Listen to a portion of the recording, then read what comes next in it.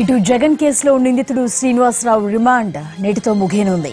దీంతో video conference ద్వారా న్యాయమూర్తి అతన్ని విచారించనున్నారు.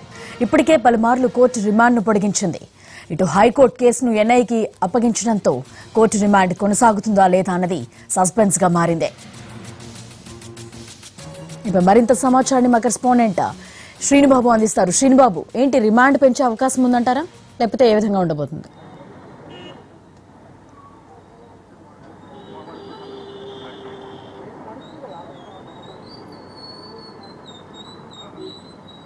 శ్రీనుబాబు, జ్యోతి, ప్రతిపక్ష నేత జగన్పై హత్యాయత్నం కేసులో ప్రధాన నిందితుడు జనపల్లి శ్రీనివాసరావు రిమాండ్ నేటితో ముగినుంది. ఈ నేపథ్యంలో ఏదైతే మరికొద్ది సేపట్లో నిందితుడు శ్రీనివాసరావుని కోర్టు జడ్జి ఎదుట ప్రవేశపెట్టనున్నారో, అయితే భద్రతా కారణాల దృష్ట్యా విశాఖ సెంట్రల్ జైలు నుంచే నేరుగా వీడియో కాన్ఫరెన్స్ ద్వారా ఏదైతే జడ్జి ముందు నిందితుడిని ప్రవేశపెట్టనున్నారు. అయితే కొద్దిసేపటి క్రితమే ఏదైతే ఈ కేసు రాష్ట్ర ప్రభుత్వం నేతృత్వంలో సిట్టు దర్యాప్తు చేస్తున్న ఈ కేసును ఎన్ఐఏకు అప్పగిస్తూ హైకోర్టు ఉత్తర్వులు జారీ చేయడంతో ఈ రిమాండ్ కొనసాగింపు ఏ విధంగా ఉంటుందనేది అయితే ఒక ఉత్కంఠ అయితే ప్రస్తుతానికి కొనసాగుతుంది. మరికొద్ది సేపట్లో నిందితుడు శ్రీనివాసరావుని కోర్టు ముందు పెట్టే అవకాశం కనిపిస్తుంది. వీడియో కాన్ఫరెన్స్ ద్వారా నిందితుడితో న్యాయమూర్తి మాట్లాడే అవకాశం ఉంది. మరోవైపు చూసుకున్నట్టయితే ఏదైతే రాష్ట్ర ప్రభుత్వం పై ఏదైతే దర్యాప్తు సంస్థపై నమ్మకం లేనందున థర్డ్ పార్టీతో విచారణ జరిపించాలని చెప్పి బాధితుడు, ఈ కేసులో ప్రధానంగా బాధితుడు జగన్మోహన్ రెడ్డి హైకోర్టులో పిటిషన్ దాఖలు చేయడం జరిగింది. ఏదైనా థర్డ్ పార్టీ ఇన్వెస్టిగేషన్తో మాకు విచారణ జరిపించాలని కోరడం జరిగింది. ఈ నేపథ్యంలో హైకోర్టు ఈరోజు ఉత్తర్వులు జారీ చేసింది. ఎన్ఐఏకు ఈ కేసును ఏదైతే అప్పగిస్తూ ఉత్తర్వులు జారీ చేసిన నేపథ్యంలో ఏదైతే ఈ కేసు మళ్ళీ ఎన్ఐఏ మొదటి నుంచి కూడా విచారణ ప్రారంభించే అవకాశం ఉంది. ఈ నేపథ్యంలో నిందితుడు శ్రీనివాసరావుని ఎన్ఐఏ కస్టడీకి తీసుకునే అవకాశాలు కూడా మనకు కనిపిస్తున్నాయి. ముఖ్యంగా ఎన్ఐఏ అధికారులు ఏదైతే ఈ ప్రస్తుతం విశాఖ 3వ మెట్రోపాలిటన్ కేసులో కోర్టులో పిటిషన్ దాఖలు చేసి ఎన్ఐఏ కస్టడీకి తీసుకునే అవకాశాలు కనిపిస్తున్నాయి.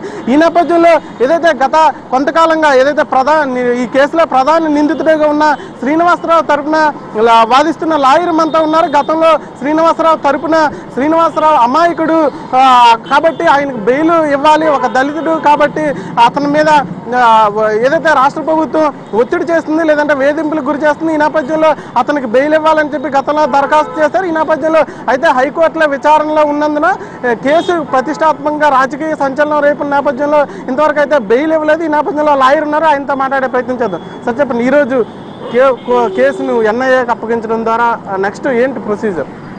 ఈ కేసు ఎన్ఐ వాళ్ళు తీసుకున్న తర్వాత వాళ్ళు యాజ్ ప్రొసీజర్గా ఇక్కడ సేమ్ మెట్రోపాలిటన్ మేజిస్ట్రేట్ దగ్గర ఇది తీసుకుంటారు, కస్టడీ తీసుకుంటారు. కస్టడీ తీసుకున్న తర్వాత వాళ్ళ హెడ్ క్వార్టర్ బేగంపేట ఎయిర్పోర్ట్ కాడ ఉంది ఎన్ఐఏ ఆఫీస్ది, చిక్కుట్రాయ్ బిల్డింగ్ కాడ. వాళ్ళు అక్కడ ఇంట్రాగేషన్ చేసి ఈ కేసుకి మరి ఈ ముద్ద విశాఖపట్నం సెంట్రల్ జైలు నుంచి రాజమండ్రి జైలుకి తరలిస్తారు. ఎందుకంటే ఎన్ఐఏ కోర్టు విజయవాడలో ఉంది, మన ఏపీలో ఒకటే కోర్టు ఉంది ఎన్ఐఏ కోర్టు, అది విజయవాడలో ఉంది. ఈ కేసు అక్కడ విచారిస్తారు. మరీ కాకుండా ఈ కేసుకి 2 కేసు కూడా నడవచ్చు. ఎందుకంటే జగన్ మోహన్ రెడ్డి మీద అటాక్ చేసిన ముద్దాయి మీద ఫస్ట్ 307 కేసు బుక్ అయింది. మరి ఇప్పుడు అన్లాఫుల్ యాక్టివిటీస్ యాక్ట్ సెక్షన్ 4 కింద separation of the civil aviation act 3A కింద ఇంకో కేసు బుక్ చేశారు. దాంట్లో ఎయిర్పోర్ట్ జోన్లో అటాక్ అయిందని అది ఎన్ఐఏ కోర్టులో నడిచే అవకాశం ఉంది. దీంట్లో నిన్నటి వరకు సిట్ దర్యాప్తు నిష్పక్షపాతంగా జరిగిందని భావిస్తున్నారా? 100% నేను చెప్పింది, every agency will be play their role their own judicial law. ఇప్పుడు నేనున్న as per procedure of law నేను లాయర్గా నేను ట్రాన్స్పరెంట్ మేనర్లో పనిచేస్తాను. వాళ్ళు కూడా అలా చేస్తారు. అసలు ఈ కేసులో అసలు మెటీరియలే లేదు. ఆయన అసలు జగన్మోహన్ రెడ్డికి ఫుల్ ఫ్యాను, మరి తెలుగులో చెప్పాలంటే వీరాభిమానం ఫ్యాను.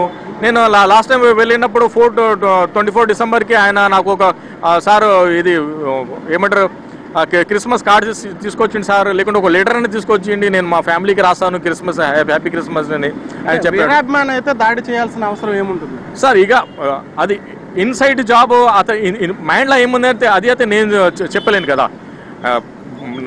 వాస్తవం వచ్చిన తర్వాత నేను దాన్ని ఎక్స్ప్లెనేషన్ చేయవచ్చు. తెలుసా, ఆయన జైల్లో పుస్తకం కూడా రాశాడు. ఆయన అన్నాడు, సార్ నేను పుస్తకం రాశాను సార్, మార్పు కోసం నేను పని చేయాలని ఉంది, నా పుస్తకం రిలీజ్ అయ్యాడు.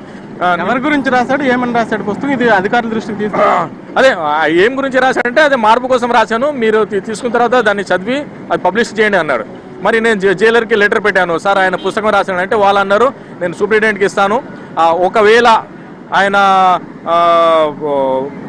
గవర్నమెంట్ అగేన్స్ట్గా రాస్తే కూడా మనం దాన్ని సెన్సర్ చేసే మాకు రైట్ ఉంది, దాని తర్వాత మనం రిలీజ్ చేస్తా అన్నారు. మన డిఐజీతో కూడా మాట్లాడుతున్నారు ఆ పుస్తకం గురించి, అది ఏం వాస్తవాలు వస్తే దాన్ని మనం చూస్తాం. ఈరోజు కోర్టు ముందు ప్రవేశపెట్టనున్నారు కదా, దీనికి రిమాండ్ ఇంకా పొడిగించే అవకాశం ఉంటుందా? ఇప్పుడు ఎన్ఐఏకి నేరుగా అప్పగించే అవకాశం ఉంటుంది? లేదు, రిమాండ్ అయితే కంటిన్యూ ఉంటుంది. రిమాండ్ 90 days వరకు కంటిన్యూగా ఉంటుంది. 90 days లోపల వీళ్ళు ఛార్జ్ షీట్ వేయాలి. ఇప్పుడు ఎన్ఐ వీళ్ళు ఒక వేలు అయితే ఇంకా the matter will be gone to NIA అంటే 180 days వరకు ఇంకా రిమాండ్ ఉండదు. మరి ఎన్ఐఏ వాళ్ళు కూడా ఇలా 14 days ఒకసారి మనము కోర్టు ఎక్స్టెండ్ చేస్తారు కదా, వాళ్ళు 1 month ఒకసారి చేస్తారు.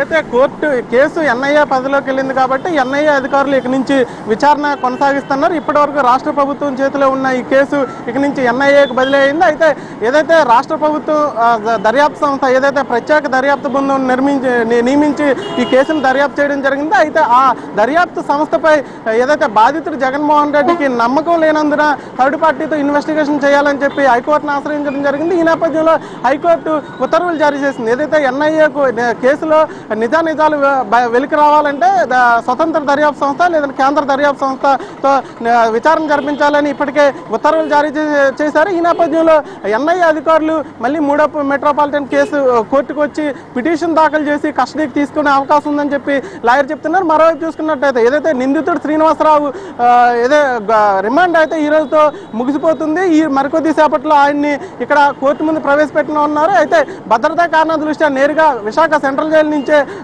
ఇక్కడికి జడ్జితో వీడియో కాన్ఫరెన్స్ ద్వారా ఏదైతే విచారణ చేపడుతున్నారో గత వారం కూడా అదేవిధంగా విచారణ చేపట్టిన పరిస్థితి ఉంది. మరోవైపు చూసుకున్నట్టయితే ఏదైతే నిన్న 2 రోజుల క్రితమే విశాఖ పోలీస్ కమిషనర్ ఇప్పటికే సిట్ నివేదికను బహిర్గతం చేయడం జరిగింది. గత కొంతకాలంగా ఏదైతే కోర్టు విచారణలో ఉంది, కోర్టు పరిధిలో ఉంది కాబట్టి దానిపై మాట్లాడకూడదని చెప్పి పలుమార్లు విశాఖ పోలీసులు చెప్పడం జరిగింది. అయితే 2 రోజుల క్రితం మాత్రం కోర్టు నుంచి ప్రత్యేక అనుమతి తీసుకొని ఏదైతే విచారణ విషయాలు బహిర్గతం చేస్తున్నాం, ఇంతవరకు సిట్ విచారణలో తమ దృష్టికి వచ్చిన అంశాలన్నీ కూడా వెల్లడిస్తున్నామని చెప్పడం జరిగింది. ఈ నేపథ్యంలో ఎన్ఐఏ కేసు టేకప్ చేసిన తర్వాత మళ్ళీ మొదటి నుంచి విచారణ జరిగితే అసలు సిట్ విచారణ ఎంతవరకు కరెక్టు లేదంటే ఎన్ఐఏ విచారణ ఏం జరుగుతుంది అనేది తెలిసే అవకాశం ఉంది. Jyothi. All right, thank you Sreen Babu.